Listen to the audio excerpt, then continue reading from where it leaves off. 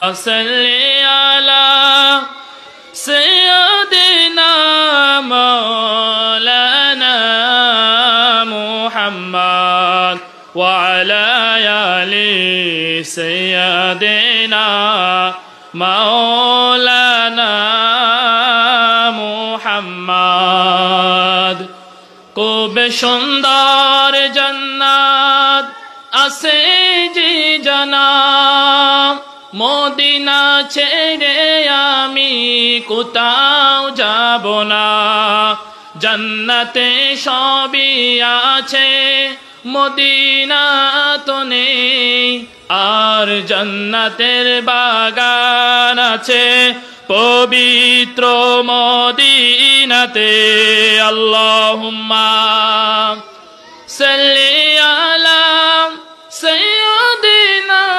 মাওলানা মুহাম্মদ ওয়া আলা আলি সাইয়্যিদিনা মাওলানা মুহাম্মদ বালাগাল উলা بكماله كشف الدجى بجماله حسنت جميع وفصاله صلوا عليه وآله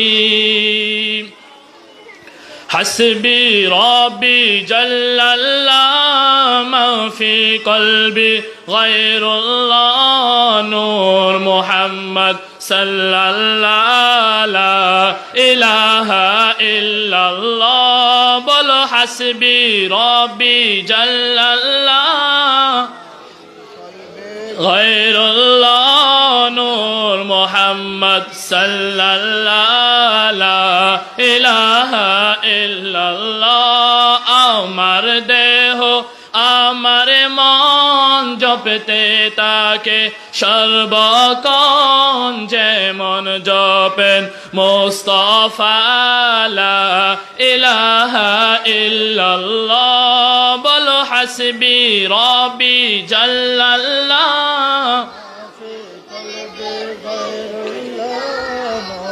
মোহাম্মদ সাল্লাল্লাহু লা ইলাহা ইল্লাল্লাহ ও আল্লাহর জিকির যে কানে আমার নবীর জিকির সে কানে আল্লাহর জিকির যে কানে আমার নবীর জিকির সে কানে আরশ কুরসি লৌহে কলম কালিমা নামাজ আজানে লা ইলাহা ইল্লাল্লাহ বলো হাসবি রব্বি মা ফি কলবি লা নূর মুহাম্মদ সাল্লাল্লাহু লা ইলাহা ইল্লাল্লাহ লা ইলাহা ইল্লাল্লাহু মুহাম্মাদুর রাসূলুল্লাহ সাদাকাল্লাহু মাওলানাল আযীম ওয়া সাদাকা রাসূলুহুন নাবিয়ুল হাবিবুল কারীম ওয়া নাহনু আলা যালিকা লামিনাশ শাহিদিন ওয়াজ যাকিরিন ওয়ালহামদুলিল্লাহি রাব্বিল আলামিন মাওলায়া সাল্লি ওয়া সাল্লিম ওয়া বারিক আলাইহি সম্মানিত এলাকাবাসী আজকের পশ্চিম কোয়াশ হিলফুল ফুজুল সুন্নি তরুণ সংঘের উদ্যোগে পবিত্র জশ্নে জুলুস ঈদ মিলাদুন নবী ও ফাতে ইয়াজদাহুম উপলক্ষে আজকের আজিমুশান মিলাদ মাহফিলের সম্মানিত সভাপতি এবং প্রধান অতিথি হযরতুল আল্লামা হাসান রেজা আল কাদেরী এবং আরো উপস্থিত থাকবেন প্রধান ওয়াইজিন বিশেষ আলোচক এবং আমার আগে অত্র মসজিদের সম্মানিত পেশ ইমাম এবং আমার সামনে উপস্থিত আশিকে ভাইরা পর্দার আড়ালে অবস্থানরত সম্মানিত মেহেরবান মা ও বোনেরা রহমানি ওয়া রাহমাকুমুল্লাহ আজ্জা ওয়া জাল্লা আসসালামু আলাইকুম ওয়া রাহমাতুল্লাহি ওয়া বারাকাতুহু আমরা সর্বপ্রথম আল্লাহ পাক রব্বুল আলামিনের দরবারে শুকরিয়া আদায় করছি যে আল্লাহ পাক রব্বুল আলামিন আমাদের সবাইকে সুস্থ রেখে সবল রেখে দুনিয়াবি সমস্ত কাজ থেকে বিরত রেখে আজকের এই আজিমুশ-শান মিলাদ মাহফিলে আসা ও বসার তৌফিক দান করেছেন। এই জন্য উচ্চ আওয়াজে, উচ্চ স্বরে, ইমানে আওয়াজে ভক্তি নিয়ে মুক্তির আশায় সবাই বলি আলহামদুলিল্লাহ। এবং সাথে সাথে আমার রসুলের উপর দরুদ পাঠ করি, যে রসুলের কারণে আমরা কোরআন পেয়েছি, হাদিস পেয়েছি, ইসলাম পেয়েছি।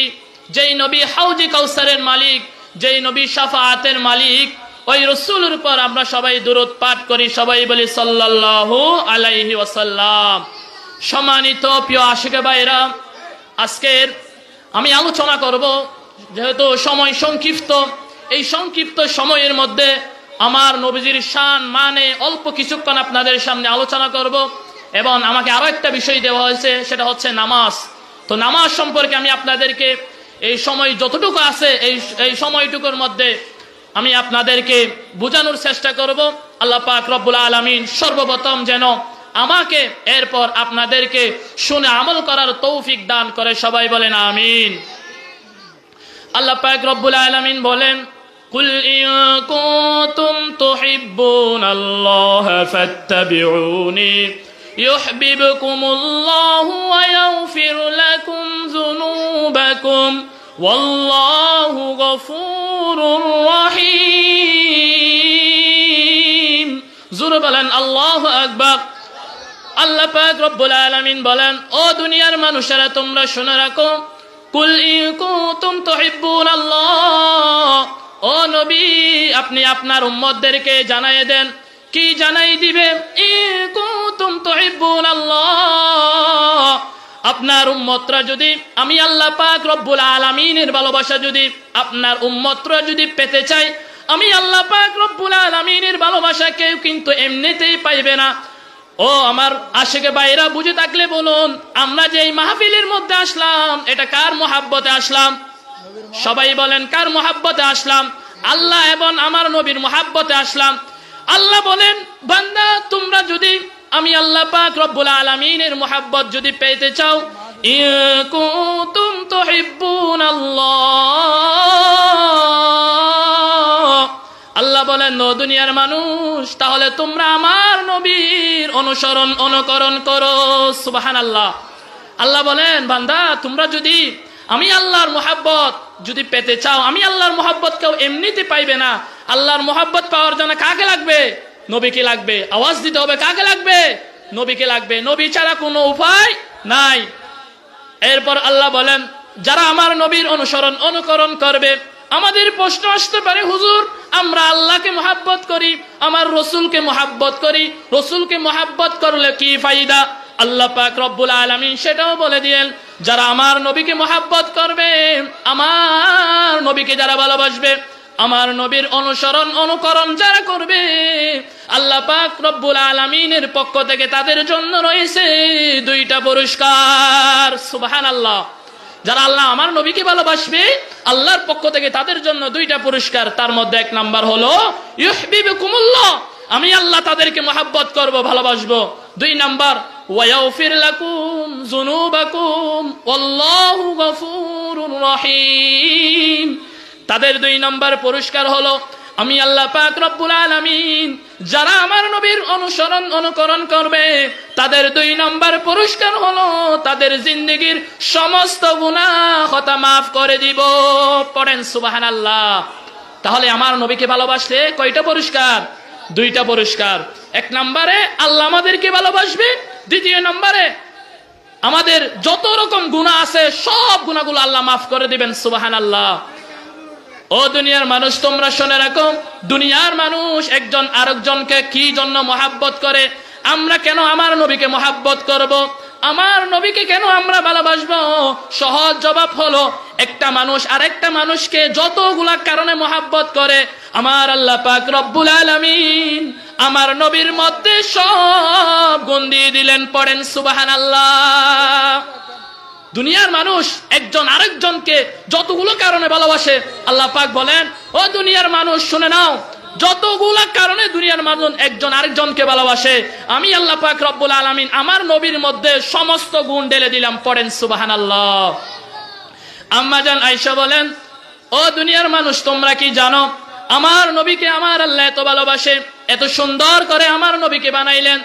আম্মা জান আয়েশা বলেন, পৃথিবীর মধ্যে কোন মানুষকে এত সুন্দর করে আল্লাহ বানায় নাই।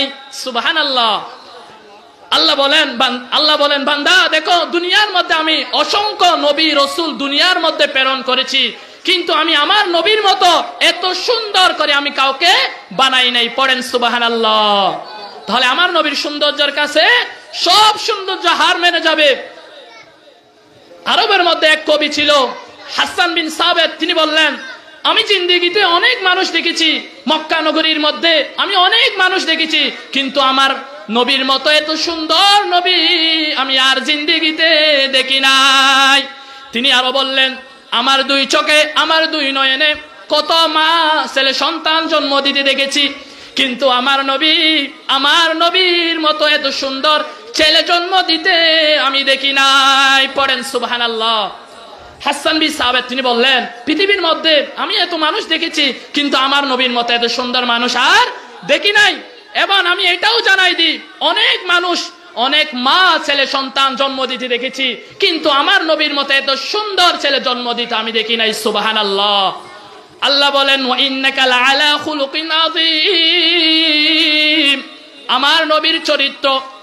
হাসান বিন সাবেত তিনি বলতে লাগলেন, আমার নবীকে দুনিয়ার মানুষের মধ্যে ভুল ত্রুটি থাকতে পারে, দুনিয়ার মানুষের মধ্যে ভুল আছে না নাই? আছে। কিন্তু হাসান বিন সাবেত তিনি বললেন, আমার নবীকে আমার আল্লাহ দুনিয়ার সমস্ত ভুল ত্রুটি মুক্ত করে আমার নবীকে বানাইলেন। সুবহানাল্লাহ। তিনি আরো বললেন, আমি দেখে অবাক হলাম, আমার নবীকে এত সুন্দর করে বানাইলো, আমার মনে হচ্ছে যে আমার নবী আল্লাহকে বললেন, আল্লাহ আমাকে এমন এমন করে বানান। সুবহানাল্লাহ। হাসান বিন সাবেত বলতে লাগলো, আমার নবী যেরকম ভাবে বলেছেন, আমার আল্লাহ আমার নবীকে ঠিক সেই রকম ভাবেই বানাইলেন। সুবহানাল্লাহ। আল্লাহ পাক রব্বুল আলামিন বলেন, দুনিয়ার মধ্যে আমি অসংখ্য নবী রাসূল দুনিয়ার মধ্যে প্রেরণ করেছি, প্রত্যেক নবী রাসূলকে এক একজন নবী রাসূলকে আমি এক এক রকম মুআজিজা দিয়েছি। কাউকে দিয়েছি একটা, আবার কাউকে দিয়েছি দুইটা, কাউকে দিয়েছি তিনটা, কিন্তু আমার নবী রাহমাতুল লিল আলামিনকে আমি আনলিমিটেড মুআজিজা দিয়ে দিলাম। সুবহানাল্লাহ।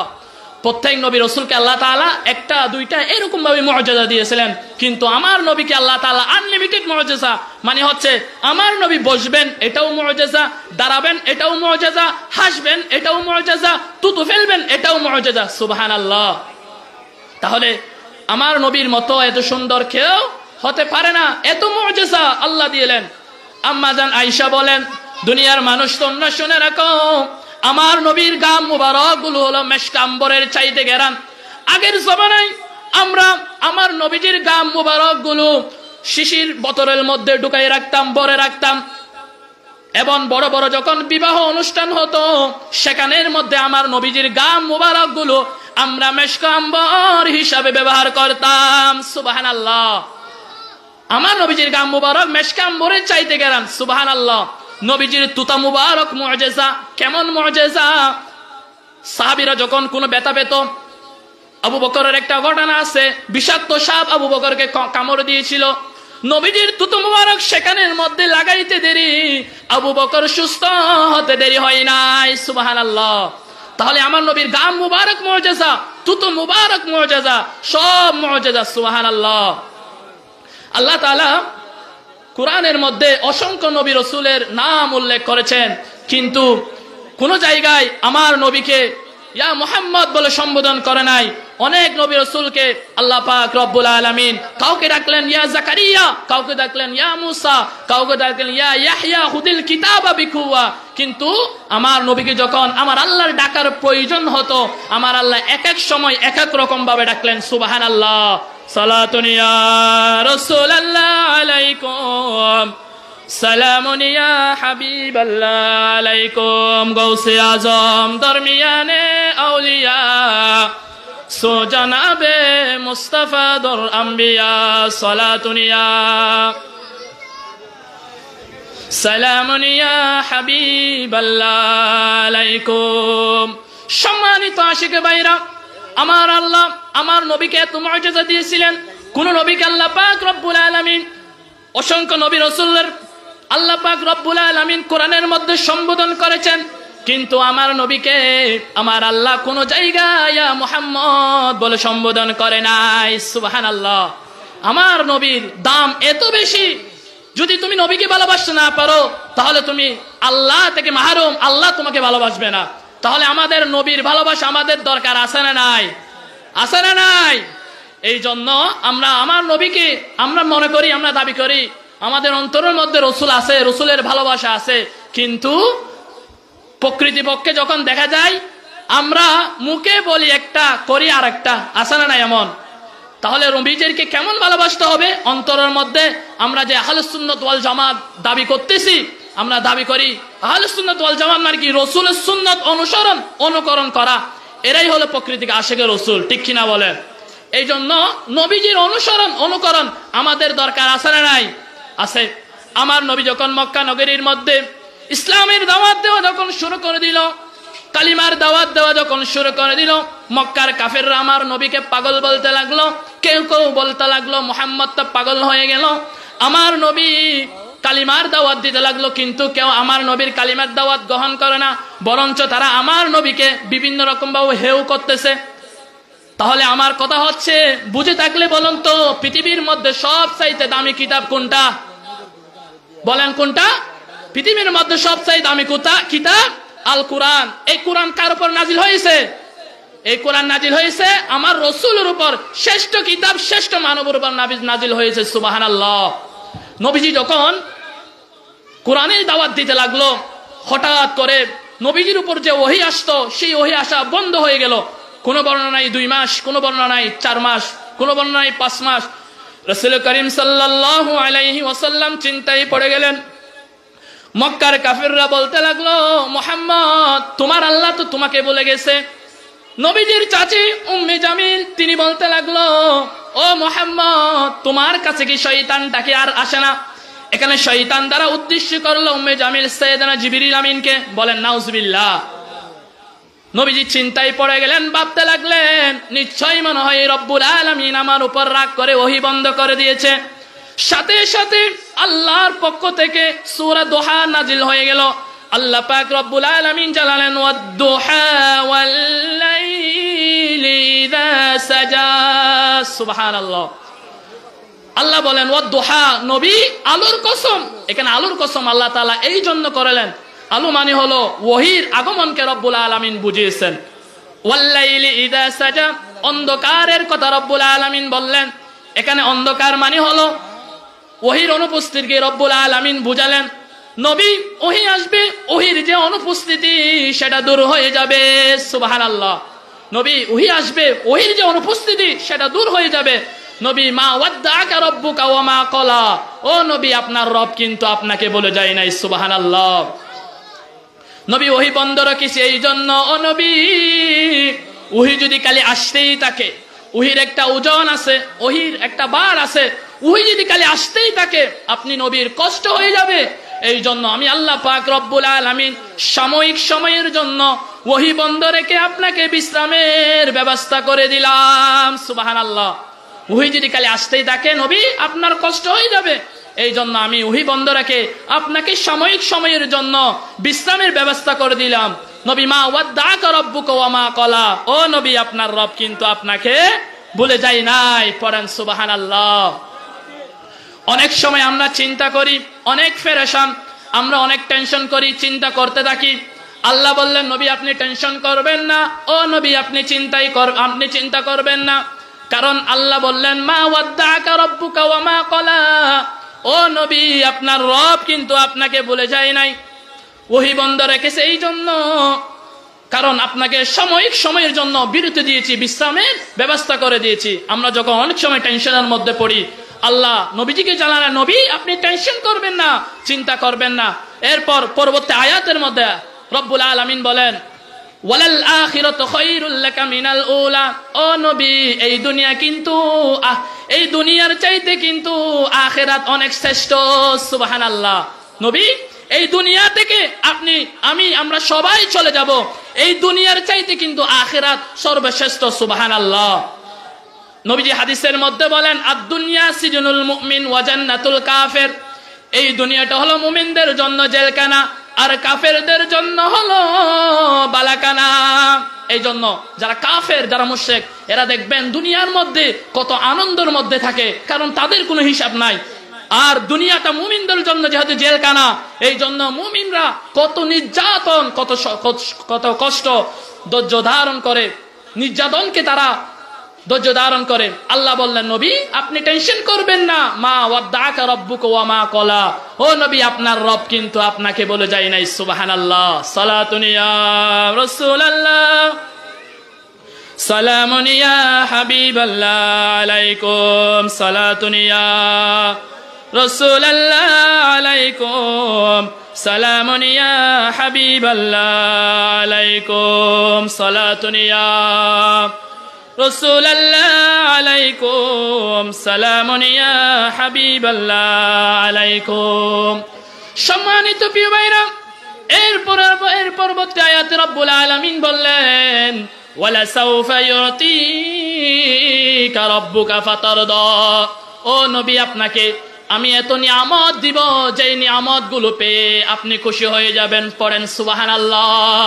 নবী, আপনাকে এত এত নিয়ামত দেওয়া হবে, যেই নিয়ামত গুলো পেয়ে আপনি খুশি হয়ে যাবেন। পড়েন সুবহানাল্লাহ। আল্লাহ নবীজিকে কি কি নিয়ামত দান করলেন, নবীজি ভালো অ্যানালাইজ করতে পারে, অ্যানালাইজ করার যোগ্যতা রাখে। আমার নবী যখন কাফেরদেরকে ইসলামের দাওয়াত দিতে লাগলেন, নবীজি চিন্তা করলেন, এই মুহূর্তে যদি আমি কাফেরদেরকে যদি ইসলামের দাওয়াত দিই, তাহলে এই মুহূর্তে আমার দুইজন লোকের প্রয়োজন। আওয়াজ দিয়ে বলেন, কয়জনের প্রয়োজন? দুইজন লোক। তার মধ্যে এক নাম্বার হলো সাইয়েদনা উমর বিন খাত্তাব রাদিয়াল্লাহু তাআলা আনহু, আরেকজন হলো আবু জাহেল। এই দুইজনের যে কোনো একজন যদি ইসলামের মধ্যে প্রবেশ করে ফেলে, তাহলে আমার ইসলামের দাওয়াত দেওয়া, কালিমার দাওয়াত দেওয়া আমার জন্য সহজ হয়ে যাবে। এই জন্য নবীজি আল্লাহর কাছে দোয়া করলেন। রব্বুল আলামিন সেই দোয়া কবুল করে নিল। রব্বুল আলামিন দোয়াটাকে সাইয়েদনা উমর বিন খাত্তাবের জন্য দোয়াটাকে কবুল করে নিল, আর আবু জাহেলের জন্য আল্লাহ দোয়াটাকে কবুল করলেন না। নবীজি সাইয়েদনা উমর বিন খাত্তাবের জন্য দোয়াটা কবুল করে নিল, আর আবু জাহেলের জন্য দোয়াটাকে কবুল করলেন না। নবীজি যখন হেরামান শরীফের মধ্যে গোপনে গোপনে যখন কালিমার দাওয়াত যখন দিতে লাগলো, নবীজি হঠাৎ করে নজর করে তাকায়ে দেখে ওমর বিন খাত্তাব রাঙ্গা তলোয়ার নিয়ে নবীজির দরবারে ছুটে আসতেছে নবীজিকে হত্যা করার জন্য। এই দৃশ্যটা হামজা ইবনে আব্দুল মুত্তালিব তিনি চেয়ে দেখে নবীজিকে হত্যা করার জন্য সাইয়েদনা উমর রাঙ্গা তলোয়ার নিয়ে নবীজির দরবারে আসতেছে। সাইয়েদনা হামজা বলতে লাগলো, ইয়া রাসূলুল্লাহ, ইয়া হাবিবাল্লাহ, আপনি সরে যান। নবীজি বলল, সাইয়েদনা হামজা আপনি সরে যান, সাহাবীরা তোমরা সরে যাও। উমর যে আমার দরবারে আসতেছে, তাকে তোমরা আসতে দাও, কারণ আমি কয়েকদিন পূর্বে আল্লাহর কাছে দোয়া করেছিলাম, রব্বুল আলামিন আমার দোয়াটাকে কবুল করে নিল। সুবহানাল্লাহ। কারণ আমি ওই দিন রাতে আল্লাহর কাছে দোয়া করেছিলাম, রব্বুল আলামিন সাইয়েদনা উমরের জন্য দোয়াটাকে কবুল করে নিল। সাইয়েদনা উমর ফারুক আযম নবীজির দরবারে রাঙ্গা তলোয়ার নিয়ে চলে আসলো। নবীজির সামনে রাঙ্গা তলোয়ারিটা রেখে তিনি পড়ে নিলেন, লা ইলাহা ইল্লাল্লাহু মুহাম্মাদুর রাসূলুল্লাহ। সাইয়েদনা উমর কালিমা পড়ে মুসলমান হয়ে গেল। নও মুসলিম সাহাবীদের মধ্যে আনন্দের জোয়ার বাসা, আনন্দ শুরু হয়ে গেল। নও মুসলিম সাহাবীরা এত খুশি হয়ে গেল যে সাইয়েদনা উমর ইসলামের মধ্যে ঢুকে গেল। সাইয়েদনা উমর ইসলামের মধ্যে ঢুকে গেল এবং সাহাবীদের অন্তরের মধ্যে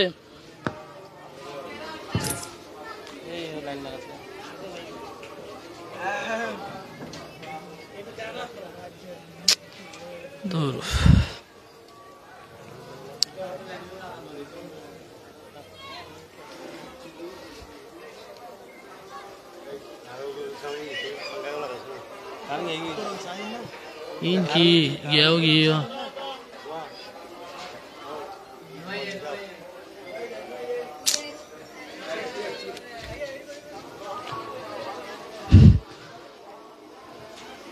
সাইয়েদনা ওমর নবীজির দরবারে এসে কালিমা পড়ে মুসলমান হয়ে গেল। নবীজি মন খুশি হয়ে গেল এবং সাহাবীদের মনের মধ্যে আনন্দের জোয়ার ভাসা শুরু হয়ে গেল, কারণ সাইয়েদনা ওমর ইসলাম কবুল করে নিল। এই জন্য নও মুসলিম সাহাবীদের অন্তরের মধ্যে আনন্দের জোয়ার ভাসা শুরু হয়ে গেল। সাইয়েদনা ওমর বললেন, ইয়া রাসূলুল্লাহ, ইয়া হাবিবাল্লাহ, ও নবী, আমরা যে কোরআন মানি এই কোরআন কি নবী সত্য না? আমরা যে কাবা মানি এই কাবা কি নবী সত্য না? আমরা যে আল্লাহ মানি ওই আল্লাহ কি নবী সত্য না? আপনি নবী কি সত্য না? নবীজি বললেন, ওমর, আল্লাহ সত্য, কোরআনও সত্য, আমি নবীও সত্য। সাইয়েদনা ওমর বললেন, নবী সব কিছু যদি সত্য হয় তাহলে বাইতুল্লাহর সামনে দিয়ে তাকবীর দিব। পড়েন সুবহানাল্লাহ। সাইয়েদনা ওমর বললেন, নবী সব কিছু যদি সত্য হয় তাহলে আমি সাহাবীদেরকে নিয়ে হারামান শরীফের সামনে দিয়ে তাকবীর দিব। নবীজি 11 জন সাহাবীদেরকে বাছাই করলেন। সামনে হলো 5 জন সাহাবী, পিছনে হলো 6 জন সাহাবী। এবার সাইয়েদনা ওমর তাদেরকে নিয়ে হারামান শরীফের সামনে চলে গেল, বাইতুল্লাহর সামনে চলে গেল, আর বলতে লাগলো, সাহাবীরা তোমরা শোনো, আমি বলবো লিল্লাহি তাকবীর, তোমরা পড়বা আল্লাহু আকবার। এই তাকবীর আমরা দিব। হারামান শরীফের সামনে যখন সাইয়েদনা ওমর সাহাবীদেরকে নিয়ে তাকবীর দিতে লাগলো, আবু জাহেলের কান খুলে গেল, উতবা, শাইবা, ওয়ালিদ ইবনে মুগীরা এদের কান খুলে গেল যে কার এত বড় সাহস হারামান শরীফের সামনে দিয়ে তাকবীর দেয়। শাইবাও বলে, কাউকে ছাড় দিব না, কল্লা আলাদা করে ফেলবো। তারা গিয়ে দেখে সাইয়েদনা ওমর সাহাবীদেরকে নিয়ে তাকবীর দিচ্ছে। এবার এই দৃশ্যটা দেখে আমার নবী, এই দৃশ্যটা দেখে নবীজির মন খুশি হয়ে গেল। আল্লাহ পাক রব্বুল আলামিন আমার নবীজির মন খুশি করে দিলেন। পড়েন সুবহানাল্লাহ। নবী, মা ওয়াদ্দাআকা রাব্বুকা ওয়া মা ক্বালা, ও নবী, আপনার রব কিন্তু আপনাকে ভুলে যায় নাই। সাইয়েদনা ওমরকে ইসলামের মধ্যে ঢুকিয়ে দিয়ে নবীজির মন খুশি করে দিল। যতবার নবীজির মন খারাপ হয় ততবার আল্লাহ পাক রব্বুল আলামিন সূরা দোহার মধ্যে নবীজির মনকে শান্ত করে দেয়। সুবহানাল্লাহ। এরপর যখন নবীজি তাইফের প্রান্তরে, মক্কা থেকে প্রায় 80 কিলোমিটার দূর তাইফের প্রান্তর, তাইফের জল, পাহাড়ের জল অবস্থিত, নবীজি যখন তাইফে গেলেন দিন প্রচারের কাজে, নবীজি তাইফে গেলেন ইসলামের দাওয়াত দিতে, কিন্তু তাইফের কোন লোকেরা আমার নবীজির দাওয়াত তারা গ্রহণ করে নাই, বরঞ্চ আমার নবীকে তারা পাথরের আঘাত দ্বারা আঘাত করেছে। তাইফের লোকেরা আমার নবীর দাওয়াত তারা গ্রহণ করে নাই, বরঞ্চ তারা আমার নবীকে পাথরের আঘাত তারা আঘাত করেছে। আমার নবীজির যায়েদ বিন হারেসা তিনটা জায়গায় আমার নবীজির শরীর থেকে এত রক্ত খনন হয়ে এলো। তার মধ্যে একটা হলো তাইফের প্রান্তরে, যেখান থেকে পাথরের কোনাগুলো সরানো হয়, সেখান থেকে ঝর্ণার পানির মতো রক্তগুলো টপ টপ পড়তে লাগলো। নবীজির মন খারাপ হয়ে গেল। আল্লাহ জানালেন, নবী আপনি টেনশন করবেন না, ও নবী আপনি চিন্তা করবেন না, ও চিরাই আপনাকে এত নিয়ামত দান করব যেগুলো পেয়ে আপনি খুশি হয়ে যাবে। নবীজি যায়েদ বিন হারেসাকে নিয়ে যখন সালাতুল ফজরের নামাজ আদায় করতেছেন, নবীজি তখন কোরআন তেলাওয়াত করতেছেন, ইন্না সামি'না কুরআনান আজাবা ইয়াহদি ইলার রুশদি ফাআমান্না বিহি। আমার নবী যখন সুরুরিত কণ্ঠে, মধুর কণ্ঠে যখন কোরআন তেলাওয়াত করতেছেন, তখন পাশ দিয়ে একদল দৃশ্য দিন যাচ্ছিল। তারা তাদের গোত্র গিয়ে, তাদের অঞ্চলে গিয়ে বলা বলি করতে লাগলো, জানো মুহাম্মদ নামে একজন নবী মধুর কণ্ঠে, সুরুরিত কণ্ঠে কোরআন তেলাওয়াত করতেছে, চলো আমরা সবাই তার উপর ঈমান আনি। পড়েন সুবহানাল্লাহ। আল্লাহ বললেন, নবী আপনি টেনশন করবেন না, ও নবী আপনি চিন্তা করবেন না, আপনি যখন ফজরের নামাজে যখন কোরআন তেলাওয়াত করতেছেন, তাইফের লোকেরা আপনার দাওয়াত তারা গ্রহণ করে নাই, কি হয়েছে? কিন্তু একদল অদৃশ্য কাফের জিন তারা আপনার কোরআন তেলাওয়াত শুনে আপনার উপর ঈমান এনে ফেললো। সুবহানাল্লাহ। নবী, মা ওয়াদ্দাআকা রাব্বুকা ওয়া মা ক্বালা, নবী আপনার রব আপনাকে বলে যায় নাই। সুবহানাল্লাহ। নবীজির স্ত্রী খাদিজাতুল কুবরাও নাই, চাচা আবু তালেবও নাই। সামান্য ডিফারেন্সে চাচা আবু তালেব এবং নবীজির স্ত্রী খাদিজাতুল কুবরা দুইজনে ইন্তেকাল করলো। নবীজির মন বড় মলিন, নবীজির মনটা খারাপ হয়ে গেল, কারণ নবীজির স্ত্রী খাদিজাতুল কুবরা রাদিয়াল্লাহু তাআলা আনহা তিনি আমার নবীজিকে ঘরের মধ্যে টাকা পয়সা দিয়ে শেল্টার দিতেন। আর চাচা আবু তালেব বাহিরের মধ্যে আমার নবীজিকে শেল্টার দিতেন। মক্কার কাফেররা বলতে লাগলো, মুহাম্মদকে আমরা হত্যা করে ফেলবো, মুহাম্মদকে আমরা দুনিয়া থেকে বিদায় করে ফেলবো। নবীজির মনটা বড় মলিন, কারণ মা খদিজাতুল কুবরাও নাই, চাচা আবু তালেবও নাই। আল্লাহ অর্ডার করলেন, নবী আপনি টেনশন করবেন না, ও নবী মক্কার কাফেররা আপনার কিছু করতে পারবে না, কারণ আমি আপনাকে ইনভাইট করব আরশ আজিমে। আল্লাহু আকবার। আমি আপনাকে ইনভাইট করব আরশ আজিমে। আল্লাহ জানালেন, সুবহানাল্লাযী আসরা বিআবদিহি লাইলাম মিনাল মাসজিদিল হারামি ইলাল মাসজিদিল আকসাল্লাযী বারাকনা হাওলাহু লিনুরিয়াহু মিন আয়াতিনা। জোরে বলেন আল্লাহু আকবার। আল্লাহ পাক রব্বুল আলামিন আমার নবীজিকে মেরাজ করালেন, আমার রাসূলের মন খুশি হয়ে গেল। আল্লাহ বললেন, মা ওয়াদ্দাআকা রাব্বুকা ওয়া মা ক্বালা। ও নবী আপনার রব কিন্তু আপনাকে বলে যায় নাই। সুবহানাল্লাহ। যতবার আমার রাসূলের মন খারাপ হয়ে যায়, আল্লাহ পাক রব্বুল আলামিন কোনো না কোনো দিক দিয়ে আমার নবীজির মন খুশি করে দেন। সুবহানাল্লাহ। কারণ আমার নবী হলো হাবিবুল্লাহ, আর ইব্রাহিম নবী হলো খলিলুল্লাহ। হাবিবুল্লাহ মানে বন্ধু, খলিলুল্লাহ মানে বন্ধু। হাবিবুল্লাহ মানে এমন বন্ধু, খলিলুল্লাহ মানে এমন বন্ধু যেই বন্ধু আল্লাহকে খুশি করার জন্য সবকিছু উৎসর্গ করে দেয়। আর হাবিবুল্লাহ, খলিলুল্লাহ যেই বন্ধু আল্লাহকে খুশি করার জন্য সব উৎসর্গ করে দেয়। আর হাবিবুল্লাহ মানে এমন বন্ধু যেই বন্ধুকে খুশি করার জন্য স্বয়ং আমার আল্লাহ পাক রব্বুল আলামিন সব কিছু উৎসর্গ করে দেয়। সুবহানাল্লাহ। আম্মা জান আয়েশা সিদ্দিকা রাদিয়াল্লাহু তাআলা আনহার কাছে সাহাবীরা আসলেন, ওগো আম্মা জান আমার নবীজির চরিত্রের সম্পর্কে কিছু বলবেন নাকি? আম্মা জান আয়েশা বলেন, সাহাবীরা তোমরা কি আতাদরুনাল কুরআন, তোমরা কি কোরআন শরীফ জানো না? সমস্ত সাহাবীরা বলতে লাগলো, ওগো আম্মা জান আমরা তো কোরআন শরীফ পড়তে জানি। তখন আম্মা জান আয়েশা বললেন, আমার নবীর যে চরিত্রের সম্পর্কে, যে আমার নবীর চরিত্র সম্পর্কে যদি তোমরা জানতে চাও, কানা খুলুকুল কুরআন। আল্লাহ জালালেন, নবী দুনিয়ার মানুষ আপনার প্রশংসা করে শেষ করতে পারবে না। এই জন্য আমি আল্লাহ পাক রব্বুল আলামিন 30 পারা কালামুল্লাহ শরীফের বিসমিল্লাহর বা থেকে সূরা নাসের সিন পর্যন্ত পুরা 30 পারা কালামুল্লাহ শরীফকে আপনি নবীর রহমতের উপর নাজিল করে দিলাম। সুবহানাল্লাহ। কোরআনকে যদি প্রশ্ন করা হয়, কোরআন তোমাকে কার উপর নাজিল করা হলো? কোরআন বলবে মুহাম্মাদুর রাসূলুল্লাহ ওয়াল্লাযীনা মাআহু আশিদ্দাউ আলাল কুফার। কোরআনকে যদি প্রশ্ন করা হয়, কোরআন বলো আমার নবীর জন্মস্থান কোথায়? কোরআন বলবে লা উকসিমু বিহাদাল বালাদ ওয়া আনতা হিল্লুম বিহাদাল বালাদ ওয়া ওয়ালিদিন ওয়া মা ওয়ালাদ। কোরআনকে যদি প্রশ্ন করা হয়, কোরআন বলো আমার নবীর কোথায় বসবাস করলো? কোরআন আপনাকে জবাব দিয়ে দিবে ওয়াত্তিনি ওয়াজ-যাইতুন ওয়া তুরি সিনিন ওয়া হাদাল বালাদিল আমিন লাকাদ খালাকনাল ইনসানা ফি আহসানি তাকওয়িম। কোরআনকে যদি প্রশ্ন করা হয়, কোরআন বলো আমার নবীর সিনা মুবারক কেমন ছিল? কোরআন বলে যে অবশ্যই জানি। আলাম নাশরাহ লাকা সাদরাক ওয়া ওয়াদা'না আনকা উযরাক আল্লাযী আনকাদা যাহরাক ওয়া রাফা'না লাকা যিকরাক। কোরআনকে যদি প্রশ্ন করা হয়, কোরআন বলো আমার নবীর চেহারা মুবারক কেমন ছিল? কোরআন বলে যে অবশ্যই জানি। ওয়াদ-দুহা ওয়াল-লাইলি ইযা সাজা মা ওয়াদ্দা'আকা রাব্বুকা ওয়া মা ক্বালা। কোরআনকে যদি প্রশ্ন করা হয়, কোরআন বলো আমার নবী তো মাঝে মধ্যে জবানকে বন্ধ রাখতো, এই সম্পর্কে কিছু জানো নাকি? কোরআন বলেছে অবশ্যই জানি। ওয়ালাউ আলকা মাদিরা। কোরআনকে যদি প্রশ্ন করা হয়, কোরআন বলো আমার নবীর ডান হাতটা কেমন ছিল? কোরআন বলেছে অবশ্যই জানি। ওয়ামা রমাইতা ইয রমাইতা ওয়ালাকিন্নাল্লাহা রমা। কোরআনকে যদি প্রশ্ন করা হয়, কোরআন আমার নবীর বাম হাতটা কেমন ছিল?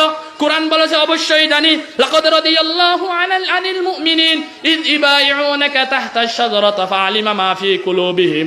কোরআনকে যদি প্রশ্ন করা হয়, কোরআন বলো আমার নবী যখন কম্বল চাপাইতো তখন আমার আল্লাহ কি বলে ডাক দিত? কোরআন বলেছে অবশ্যই জানি। ইয়া আইয়ুহাল মুদ্দাসসির মুদাসসির কুম ফাআযির ওয়া রাব্বাকা ফাকাব্বির। কোরআনকে যদি প্রশ্ন করা হয় কোরআন বলো, আমার নবী যখন বেশি করে কম্বল চাপাইতো তখন আমার আল্লাহ কি বলে ডাক দিত? কোরআন বলে যে অবশ্যই জানি, ইয়া আইয়ুহাল মুযাম্মিল কুমিল লাইলা ইল্লা কুম ফাআযির। কোরআনকে আপনি যেদিক দিয়ে প্রশ্ন করবেন কোরআন সেদিক দিয়ে আপনাকে জবাব দিয়ে দিবেন। পড়েন সুবহানাল্লাহ। আল্লাহ তাআলা পুরা 30 পারা কালামুল্লাহ শরীফকে আমার নবীর জন্য 30 পারা কালামুল্লাহ শরীফের যে দিক দিয়ে আপনি ডাক দিবেন 30 পারা কালামুল্লাহ শরীফ আমার নবীর প্রশংসা সেদিক দিয়ে উত্তর দিতে থাকবে। সুবহানাল্লাহ। ভালো যদি বাসতে হয় নবীকে বাসন, ভালো যদি বাসতে হয় নবীকে বাসন। নবী তারানে ওয়ালা, নবী বাঁচানে ওয়ালা, প্রাণের চেয়ে প্রিয় তাই নবীকে জানুন। ভালো যদি বাসতে হয় নবীকে বাসুন। সম্মানিত প্রিয় ভাইরা, তাহলে আমার নবী এমন নবী, পৃথিবীর মধ্যে দামি কিতাব আমার নবীর উপর নাজিল হয়েছে, কারণ কালামুল্লাহ শরীফ হলো সর্বশ্রেষ্ঠ কিতাব আর আমার নবী হলো শ্রেষ্ঠ। কালামুল্লাহ শরীফ যেমন শ্রেষ্ঠ, এই কালামুল্লাহ শরীফ আমার রাসূলের উপর নাজিল করা হয়েছে। আমার নবী হলো পৃথিবীর সর্বশ্রেষ্ঠ মানব। আমার নবীর পরে আর কোন নবী দুনিয়ার মধ্যে আসবেন না। এখানে যেহেতু আমাকে আরেকটা আলোচনা দেওয়া হয়েছে, সেটা হলো নামাজের আলোচনা। এখন আসেন, নামাজটা আমরা সবাই পড়ি,